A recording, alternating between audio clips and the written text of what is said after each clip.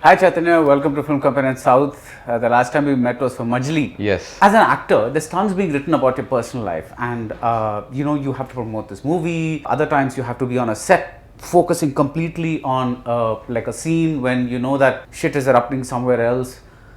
How do you personally shut out the noise?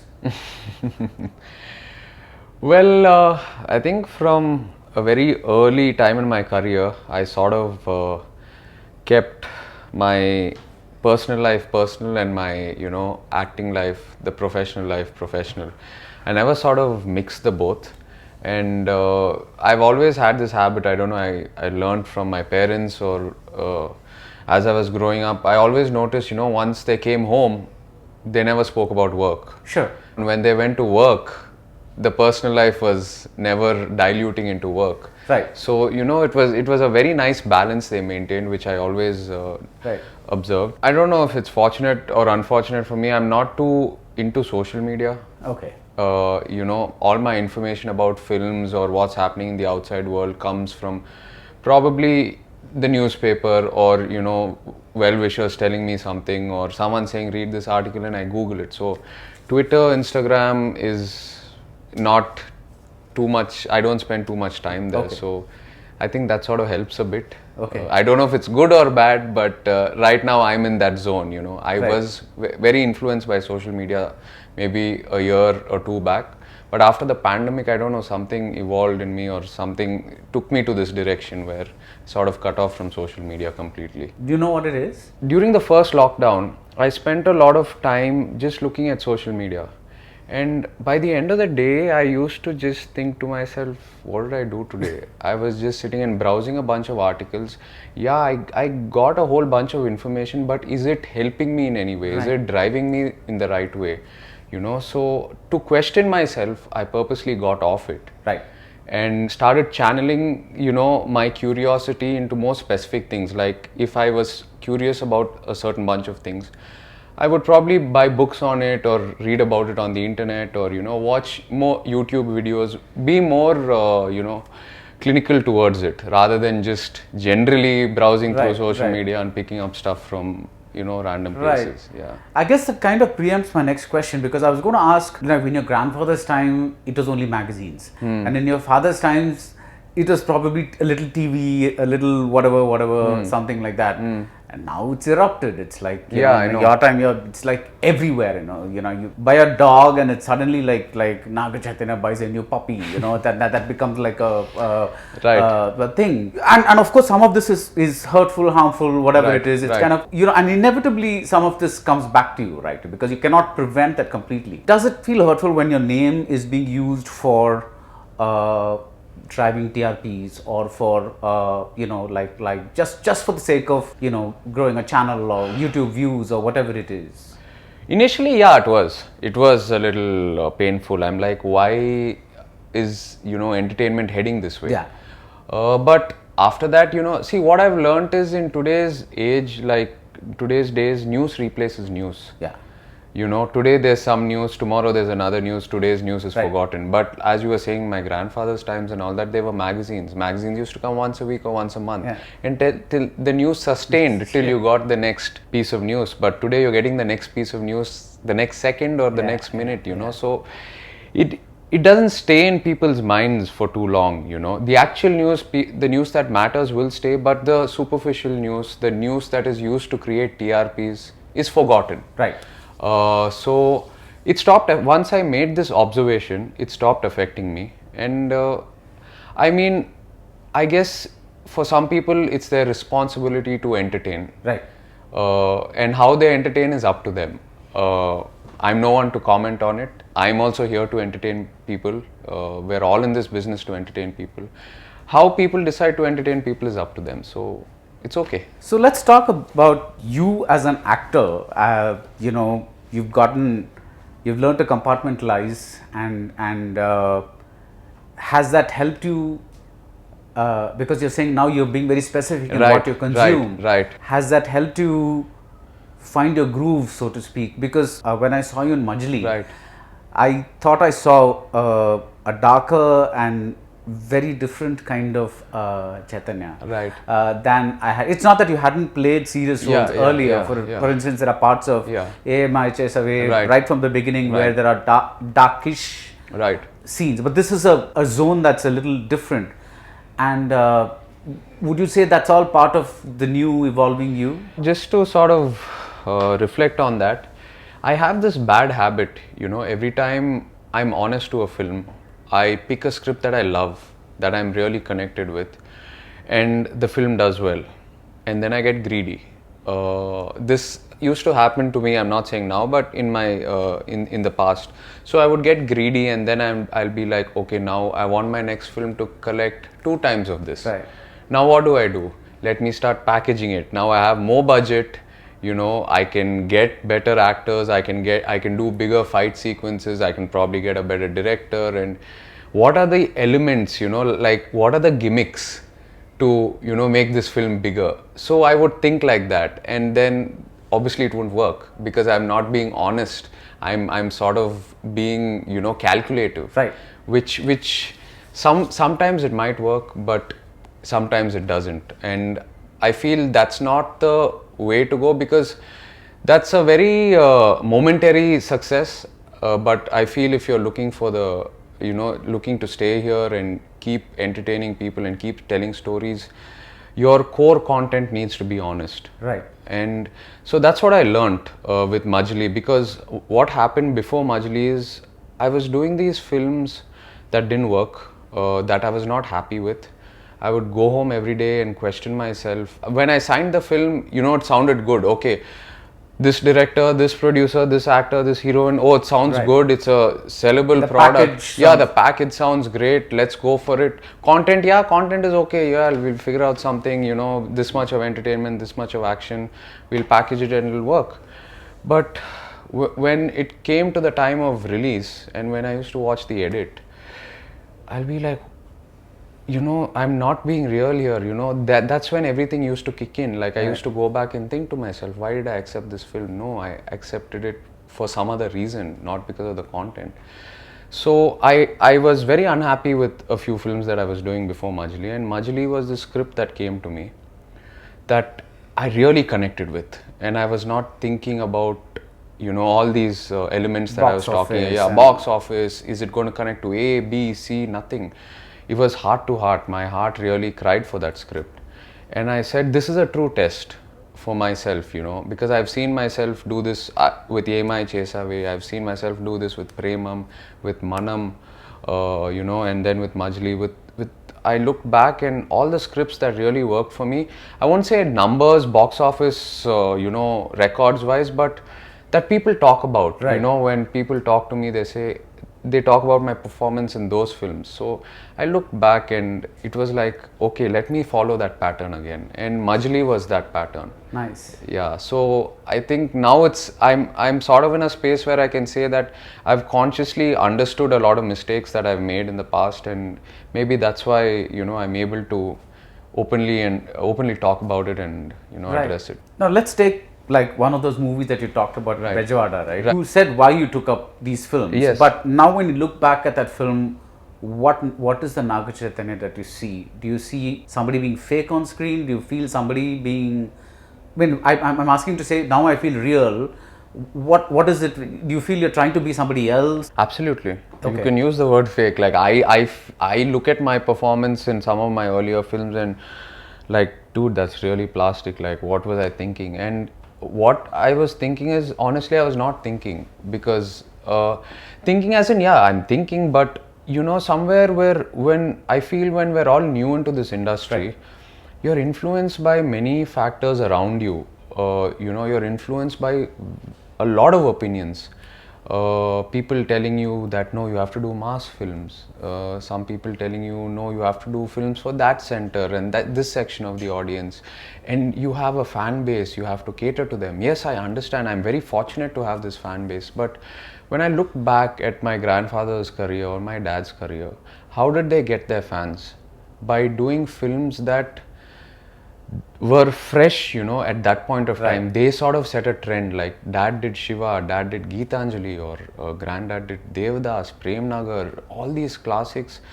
they were honest to that time, and they were, you know, path breaking, and that's what created more fans for them, you know. So I shouldn't be doing films because I already have, you know, these fans, and fans certain like these kind of movies, and I shouldn't stick to that template. I believe that if I can offer them something fresh, they're going to be with me, you know, for a longer period of time, and I can get a better fan base in the following, you know. I'm going to get more people on my side in the process. So let's talk about love story, right? Like what spoke to you about it? You know, to start with, Sekhar sir is someone I've always been wanting to work with.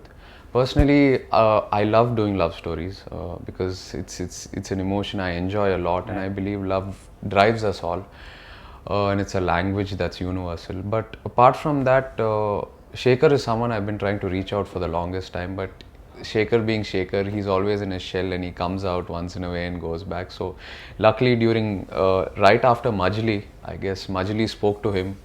He saw my work, and you know, I got a call from him. I was so happy. When I heard the script, I was expecting another love entertainer kind of a thing, you know, that's usually done like a fida and all that. But he's picked two very, very crucial points over here. One is the caste, something to do with caste, and something to do with gender. I don't want to speak more about it to reveal too many details, but these are things that I've been reading so much about. So much is happening in our society. Why do we read about it only in the newspaper? I know films are being made about it, but we should make more films about it, and we should speak more about it. And this thought has always been running, you know, in me. And when Sekhar told me that, you know, he's going to be addressing these things in Love Story, I was so happy that I could be an actor that could speak about this, because personally these issues do drive me, and they do bother me at some level. So I think that's what sort of arrested me initially as soon as I heard the script. We live in a slightly strange time, and again I'm going back to social media. I personally come from the school where I think any actor should be able to play any role, because that is the whole definition of an actor. That you're pretending to be somebody else. But then there are surely going to be some people who will say something like, you're such a privileged person, and you know, now you're playing this person from an you know, an oppressed caste.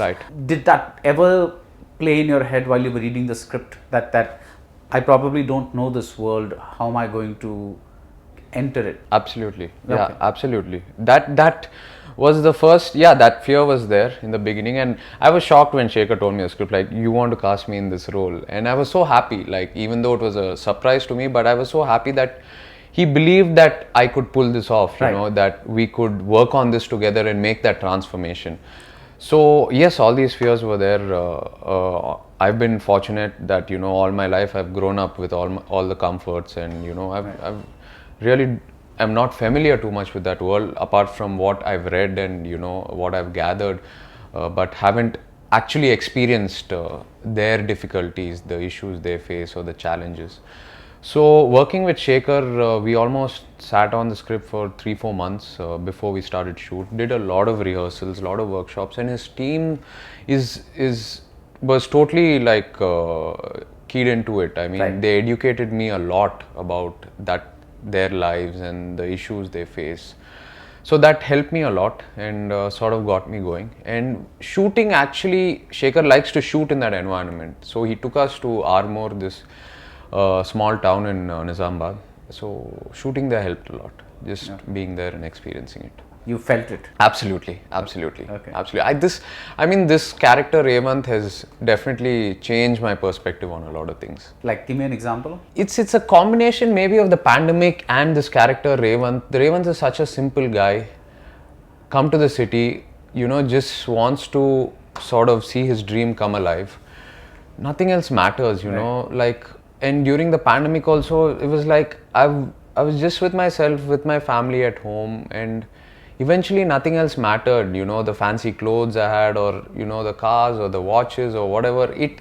End of the day, it was like, are we happy with the relationships, you know, that we have around us? Are we going to sleep well at night? Are we healthy? You know, it's these simple things, you know, that I sort of reflected upon. And Revant is like that in a way. It's the simple things in life that makes him happy. Because you had the advantage of having, like, a grandfather and a father in the business, and you know, some part of you always wanted to become an actor. When you said, I'm going to become an actor, did you say, I'm going to do this my own way, or did you ask both of them, what do you think I should do? I broke it to dad first, and and then I told my mom. I didn't know what way to do it, honestly. I was clueless because I used to go to their shoots. I sort of liked that world. I wanted to do something with that world, be a part of that world in some way or the other. So I was confused, and I went to them and said I want to give acting a shot, and they saw the confusion on my face as well. Okay. So what they did is they sent me to acting school. They sent me for a 4-month workshop in Bombay and said, go do that workshop. If you still feel the same way after you come back, then we'll talk about it. So then I went, I did that workshop, and I came back and I felt it. I said, I want to do it. And after that, then mom and dad sent me to LA and all. It was a year and a half, two of training. It took me 2-3 films to get on my, own track. Till then, I used to take dad's advice a lot. But then dad only slowly, started pushing and saying, no, you do it, you make mistakes. Yeah. Because that's what granddad always taught him, saying, I'm not going to listen to your scripts. If you want some advice, yeah, come, I'll give you that advice. You want me to watch something, give you my opinion, yeah, I'll give it to you. But I want you to take a call on your own. The only way you're going to learn is by falling. So that's something I was taught from a very early age. You said your first 2-3 films were kind of, I don't know, like not really there. Which film or which scene did like as soon as the director said cut, you felt like, wow, I really felt that, I really got that? I would say a lot of change happened from Manam. Okay. Yeah. EMI Chesave, Gautam sir was there. Sukumar sir was there for 100% Love. Really senior directors. Guided me very well. They knew exactly what they wanted, what they were doing. I was relying on them 100%. And to be honest with you, the script I wasn't even bothered about. I want to work with Gautam sir. I got a film. It was a dream come true. Rahman sir. Before I went in for the meeting, I was like, whatever he's going to tell me, I'm just going to do it because I just want to learn from him. And the same thing happened with Sukumar sir also.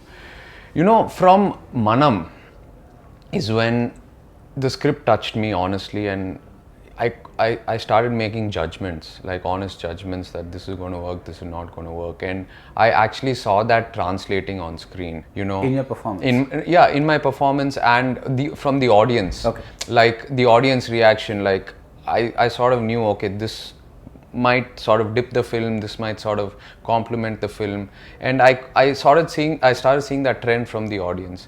And in terms of performance also,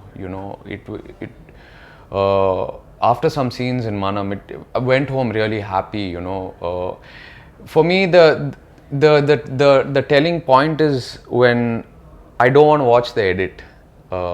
It's like I know, when I want to watch the edit, it's like, okay, something's going wrong, I need to watch it, I need to like sort of answer some questions in my head. But when I'm very content with what I shot as an actor, I usually don't feel like watching the edit. Of course I go, but that urge is not there. Right. Yeah. That's an interesting way of looking at it, because something inside you is telling you got it right. Yeah. Or there's an insecurity saying, go watch the edit, something's going wrong, go fix it, Right. Now, you debuted in Josh about, I think, 11 years ago? Yeah, this is my 12th year. 12th year, right. What have you discovered about yourself as an actor? You just said that you love doing love stories because they speak to you and that kind of stuff. Right. But have you discovered things about yourself in these 12 years? Or are you still saying, if the script is good, and if I'm convinced, and if the director and I'm fully there, then I can pull off anything? Yeah, I think the second is what I would choose. Okay. I feel, honestly, a lot of my performance is driven by my director. Right.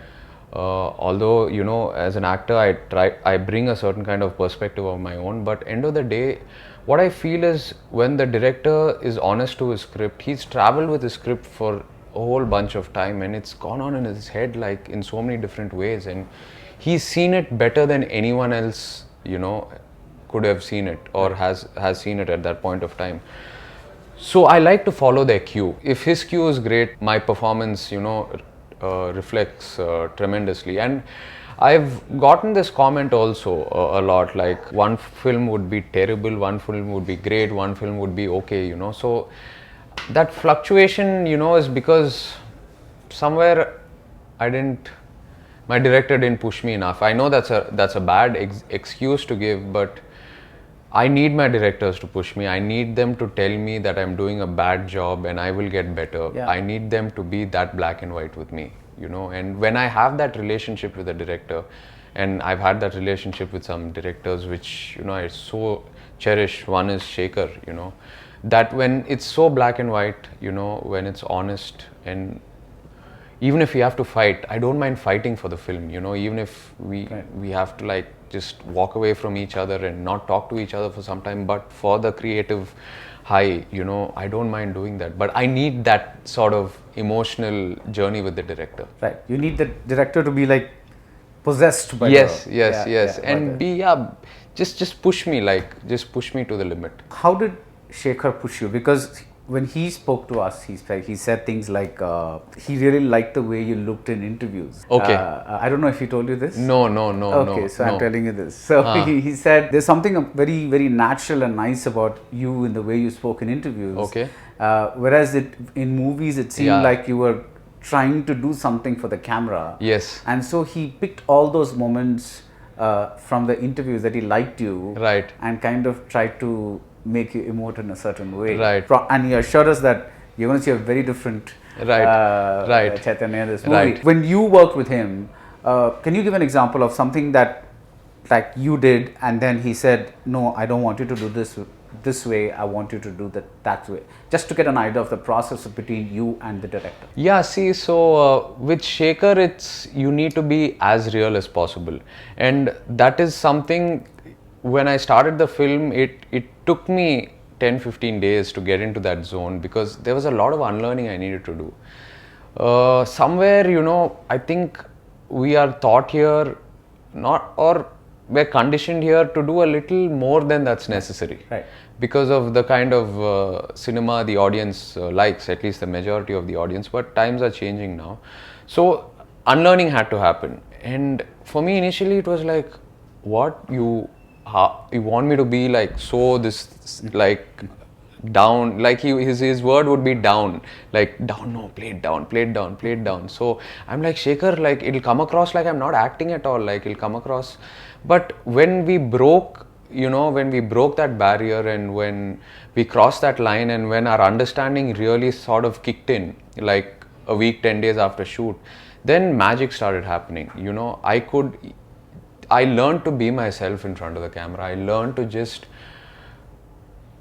you know, not think about the fact that I'm in front of a camera and, you know, I have to sort of play this character. No, it went away. It just became about Revant speaking his lines and, you know, just feeling it. So I really enjoyed that transformation. And Sekhar actually, you know, sort of put a lot of importance in the first 10-15 days, I remember, to sort of school me into his process and make it happen. So you just spoke about rehearsal, workshops, etc. Now you're a busy actor.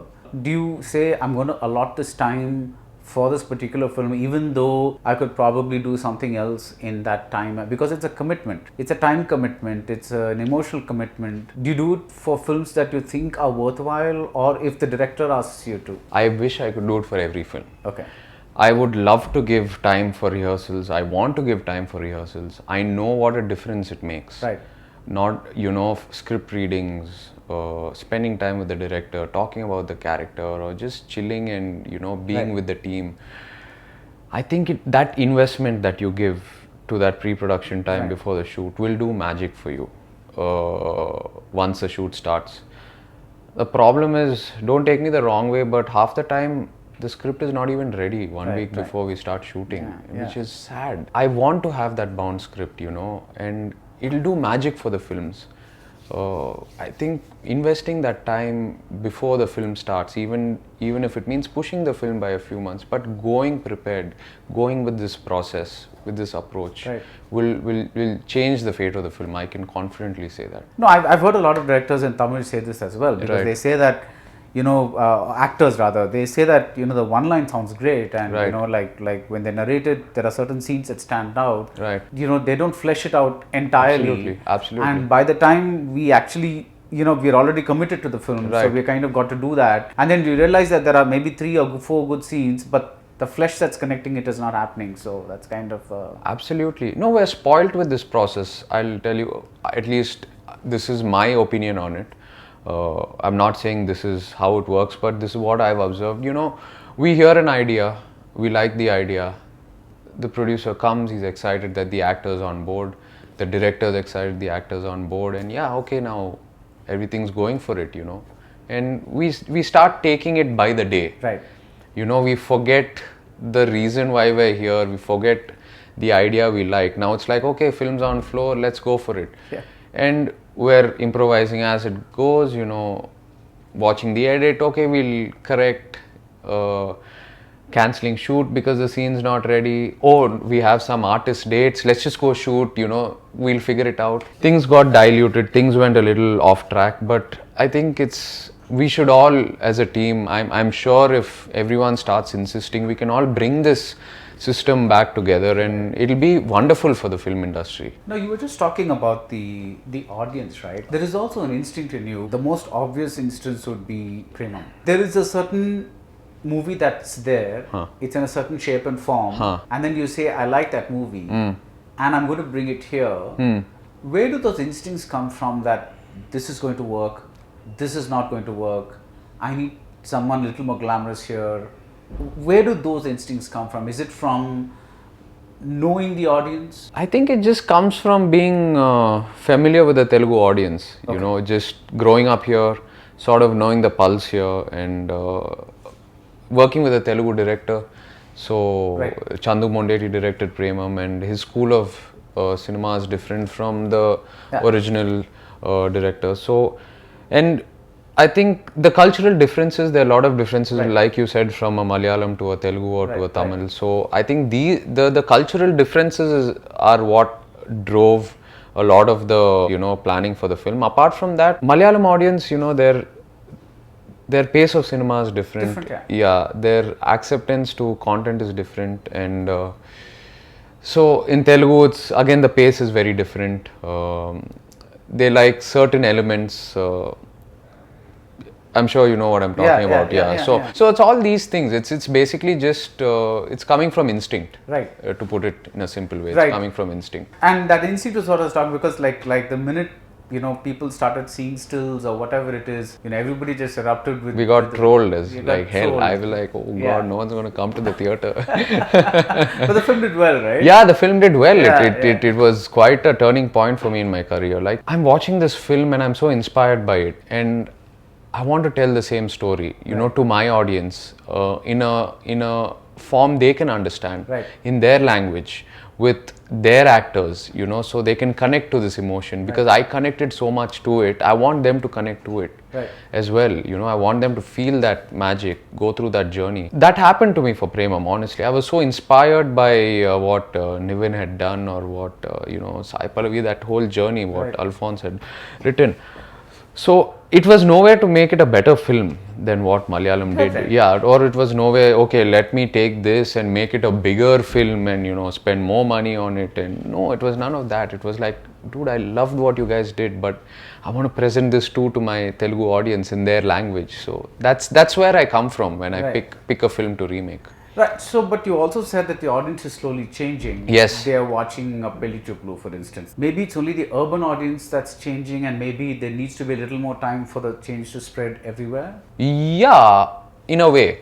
But again, it confuses me when I go to a village, like a small town, and shoot. They're watching Netflix, and they're watching English films on Netflix, and it's amazing. So I think we are sort of restricting ourselves when we think sometimes, saying he might not get it, she might not get it, someone there might not get it, but just be honest and make it. I feel just be honest and make it. The only thing I like to calculate now is the budget of the film. Like, just make sure it's safe on paper, and then just go for it. Don't think of anything else. Right. So if you want to make let's say, a love story, Right. which is, I wouldn't say risky, but it's a little different Yes, from it what is. you've Yes, done. yes. So then you say, as long as like there's a coverage factor Right. that happens, Right. then go for it. Yes, Like- absolutely. Like, so you don't Right. want Chaitanya to have the big blockbusters. I mean, I know you do. I know, yeah. Yeah. Numbers will come, I feel. I don't know how to chase that. I've sort of figured out that I should chase content, and the right content will get me where I'm supposed to go. Right. You know, I want to be satisfied with the stories I'm telling. I don't want to go to the theater and cringe at my own work. That's something for the sake of some other motive I had behind it. I don't want to get into that process at all. Right, Yeah. right. If I would ask you what's the favorite film you've ever made, would that be Manam for purely sentimental reasons? Obviously, Manam definitely, because that's those moments I can't recreate again, and they were very magical. I mean, that whole film, the way it happened, was magical. Then, yeah, I think after that, what's been close to my heart was Majili. Yeah. Yeah, these two will always stay on top. That's really a transformational moment for you, right, Majli? Absolutely, absolutely. Because I know what I went through before the film, and I was going through some serious emotional lows in terms of confidence in the work I was picking. Right. So, Majli was a true test, that I was putting on myself, and I was like, if this doesn't work, I need to really sit down and sort of recalibrate a lot of things, Right. and start working. Of course, I do that after every film. We all have to. I mean, when your film flops, you want the next film to be a hit. When the film's a hit, the next film you want to be a bigger hit. So it's always work in progress. But but Majli was something else for me. You seem quite keen on entering the Tamil market. Do I? I mean, I've read things. Yeah. You like, I read a recent interview, I forget where you said like you weren't so much bothered about pan-Indian as Right. Tamil and Telugu. Right. Telugu, of course, you're already established. Yeah. But what's the traction with the Tamil market? Because I did my schooling there. I studied there for about 18 years in Padma Sheshadri. So just some connect with the place. In fact, the whole movie, I grew up, I remember going to Satyam Theatre all the time, watching so many films there. So it's just that thing of wanting to be there and, sort of telling stories there as well.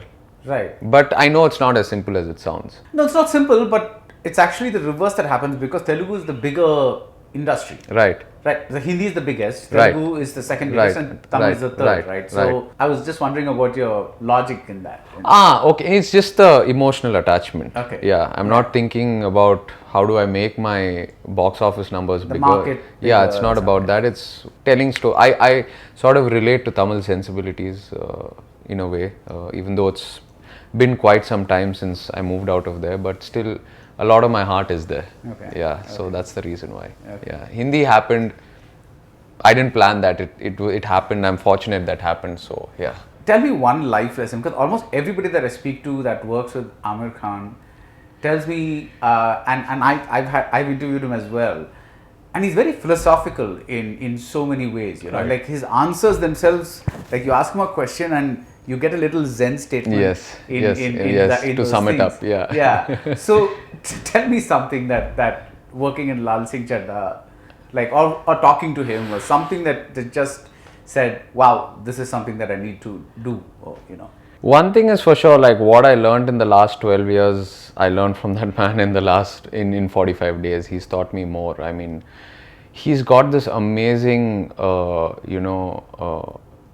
magic that he can rub off, he can influence people like that, and he's not doing it on purpose. It's just, the amount of knowledge he has and the human being he is such a lovely person, and his dedication to cinema. I mean, not just he's an actor, yes, first, but he is in tune with every craft as much as he is with his acting, which I found amazing.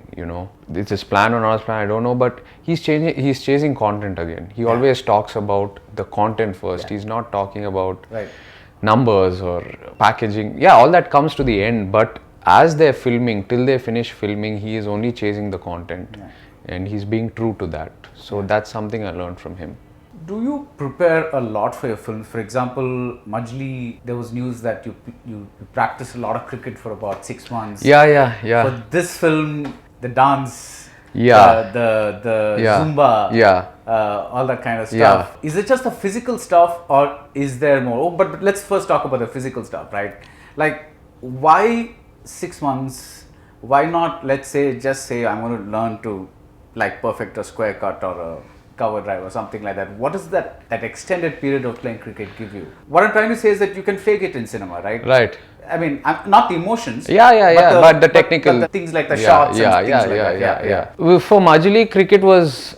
I love doing outdoor stuff, like anything to do with outdoor activities I love. So cricket was just an excuse of, instead of going to the gym, I enjoyed going and playing cricket. That's about it. I could have done it in a month or two, but Right.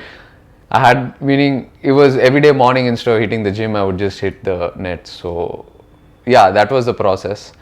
But for this film, more than the Zumba, it was a Telangana dialect that I was completely alien with. So that took me time. That was challenging. Spent a lot of time during dubbing and a lot of time before the film also, because the dialect, it's not only something you can fix in dubbing. There is a certain kind of modulation you need to catch, which and your face moves a certain way, and there's a certain, you cut the words to get that sound right, and I needed to get to know all that. So that was the biggest challenge for me in this film, and of course number 2 was dancing next to Sai Pallavi. I mean, I never dreamt that I would be in this spot, but yeah, it was great. I mean, it was I enjoyed it thoroughly. Would you say you managed to match her? I don't know, you guys should tell me after watching the film. But we have seen you dance in other films. Yeah, but dancing next to Sai Pallavi is not the same thing, you know what I mean. So yeah, I had to take, go that extra mile, and the process did give me a lot more confidence in dancing. Dancing is something I've always been a little insecure about.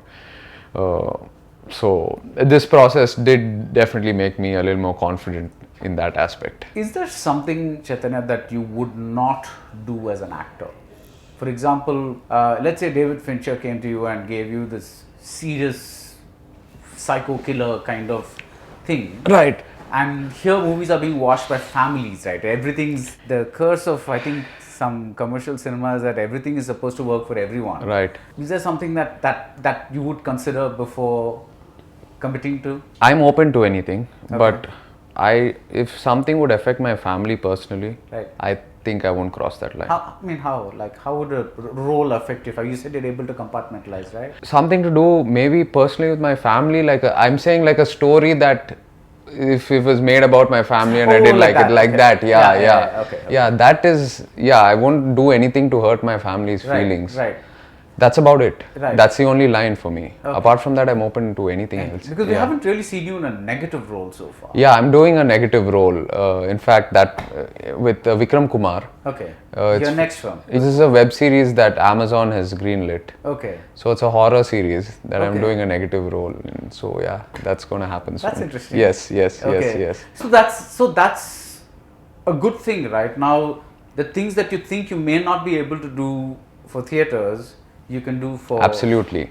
And that's the exact reason why I signed it, because when I heard that script, I was so amazed by it. And I know I can never ever take this to a producer and ask him to produce it, or me producing it, because I know this is not in the pulse of the theater.